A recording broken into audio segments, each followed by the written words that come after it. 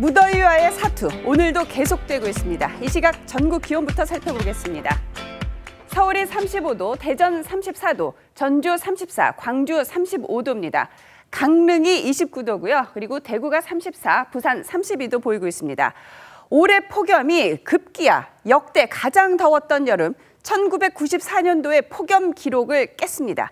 이달 1일부터 15일까지 보름간 서울의 평균 기온은 29.7도로 94년도보다 0.3도가 높습니다.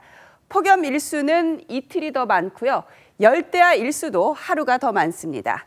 네, 이렇게 덥다 보니까 시원한 에어컨 바람을 쓸 수 있는 실내를 찾아 피서 아닌 피서를 떠나는 분들이 늘고 있습니다.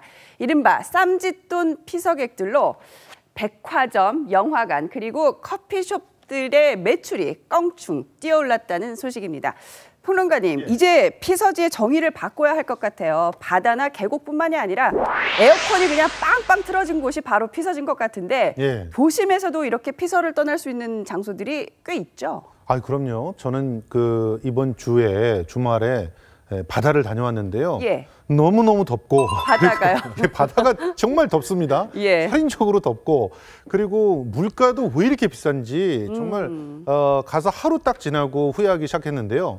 그런데 서울로 돌아오니까 이 쇼핑몰이라고 보통 요즘 얘기하는데 백화점, 영화관, 마트가 다 한 자리에 요즘엔 몰려있는 곳들이 이렇게 많잖아요. 그래서 몰을 찾아서 몰캉스를 하는 그런 분들이 많습니다. 몰캉스. 네, 그러면 여기 가면은 기본적으로 시원하죠.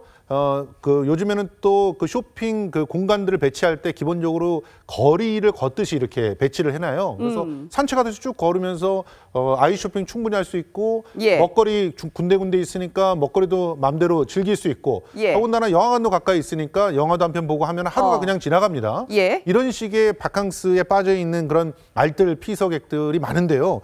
또 요즘에는 그나마 더 싼 가격으로 피서를 즐기는 분들이 있는데 대중교통을 이용하시면 그 피서를 즐길 수가 있는 거죠.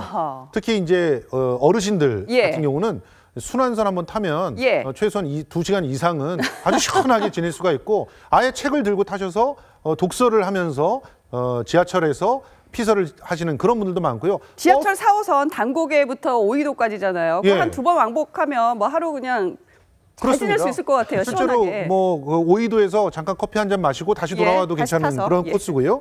그리고 젊은이들 같은 경우는 이제 PC방을 찾는데요. PC방. 하루 종일 있어도 10,000원이면 해결이 됩니다. 11시간을 정액권을 끊어가지고 즐길 수가 있으니까 한 시간에 1,000원이 안 되는 그런 돈이잖아요. 그러니까 젊은 친구들한테는 여기에 가서 게임 산명에 빠지는 것이 훨씬 더 실속 있는 그런 피서가 되는 것이고 또 이제 주민센터들마다 무더위 쉼터를 운영하고 있어서 이 무더위 쉼터를 들러도 충분히 피서가 되는 그런 상황입니다.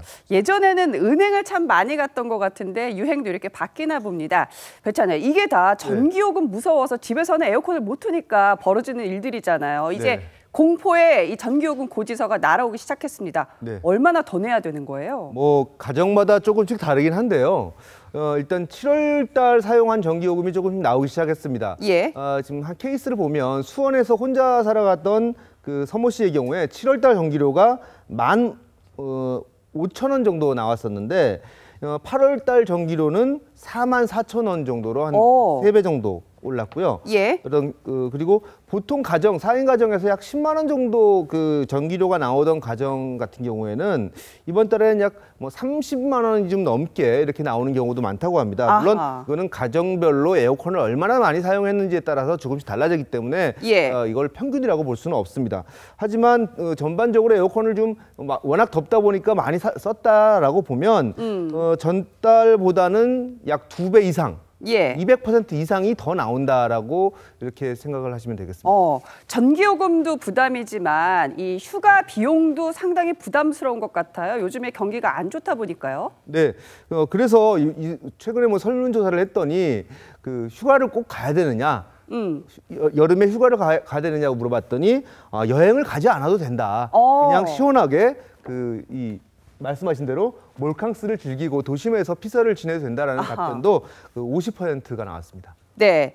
이렇게 에어컨 찬바람 쐬다가 밖에 나가면 폭염에 시달리고 추웠다 더웠다를 반복을 하다 보면 감기 걸리기가 딱 십상입니다. 그런데 요즘 같은 날에 감기약을 먹으면 열사병 위험이 높아진다고 합니다. 감기약이나 비염약에는 이 항히스타민이라는 성분이 들어있는데 이 성분이 체온을 높이고 몸 안의 열이 밖으로 발산되는 것을 막아서 온열 질환에 취약해진다는 얘기인데요. 그렇다고 감기 걸렸는데 약을 안 먹을 수도 없는 노릇이고 전문가들은 약을 먹은 다음에는 한낮 외출을 피하고 서늘한 곳에서 푹 쉬는 게 좋다고 권장을 하고 있습니다.